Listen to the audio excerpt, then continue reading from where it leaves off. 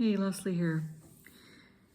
I wanted to reflect on the difficulty of having really effective conversations with people that you are emotionally invested with.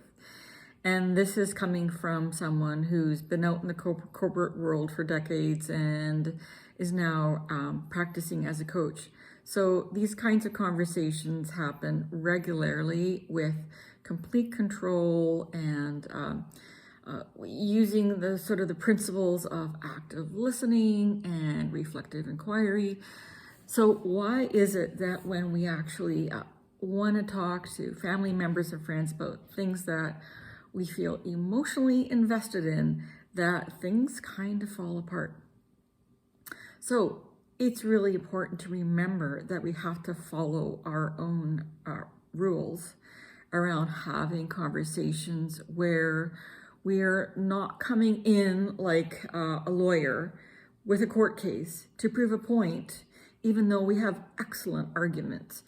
Because the more we do that, the more our person is going to just dig in their heels and dig further into their own resistance.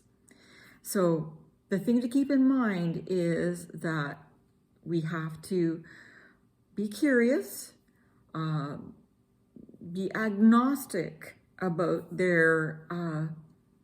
about what the outcome is, and just come in with that curiosity. And hopefully by doing this, we will actually be able to allow that person to reflect on their own thinking. So, example, I have a friend who wants to quit smoking. I don't, but imagine I did, just to kind of go through a little scenario. So I obviously would like my friend, who I care very much about, to quit smoking. So rather than me having a conversation which is just sort of a direct attack on that nasty habit, the conversation could go like this. Hey, I'd love to hear more about your attitude towards smoking. And the friend might say, well, I really love the habit and it really helps me with my stress. And so I might say, oh, okay, well, what don't you like about it? Is there anything you really don't like about it? And a friend might say, well, I don't really like the coughing so much and it is pretty expensive. And so I might say, oh, okay, so what would it take for you to kind of overcome your smoking habit?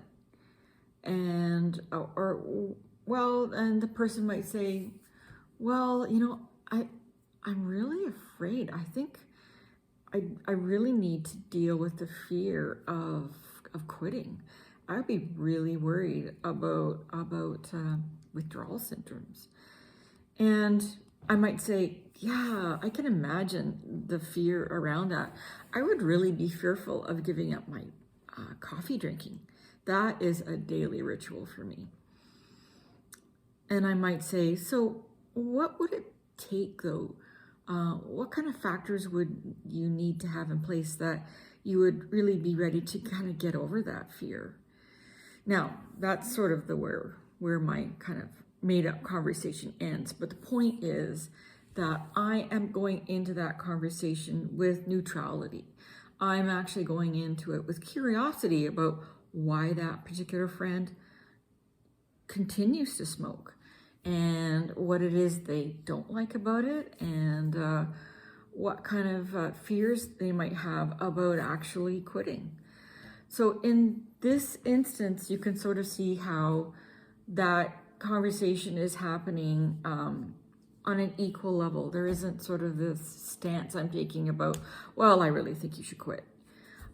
And hopefully, not to say that it's going to all be said and done within a couple of minutes, but hopefully it also does allow my friend to really listen to their own thinking about smoking, and maybe even just opens up that space for a little bit of a nuanced attitude. And at the end of the day, everyone wants to feel heard. So by just approaching this kind of a difficult conversation this way, I think that is what's happening.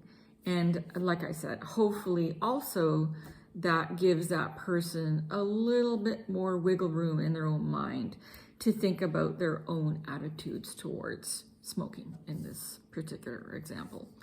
And hopefully you can think about other examples of where that kind of approach might come in handy.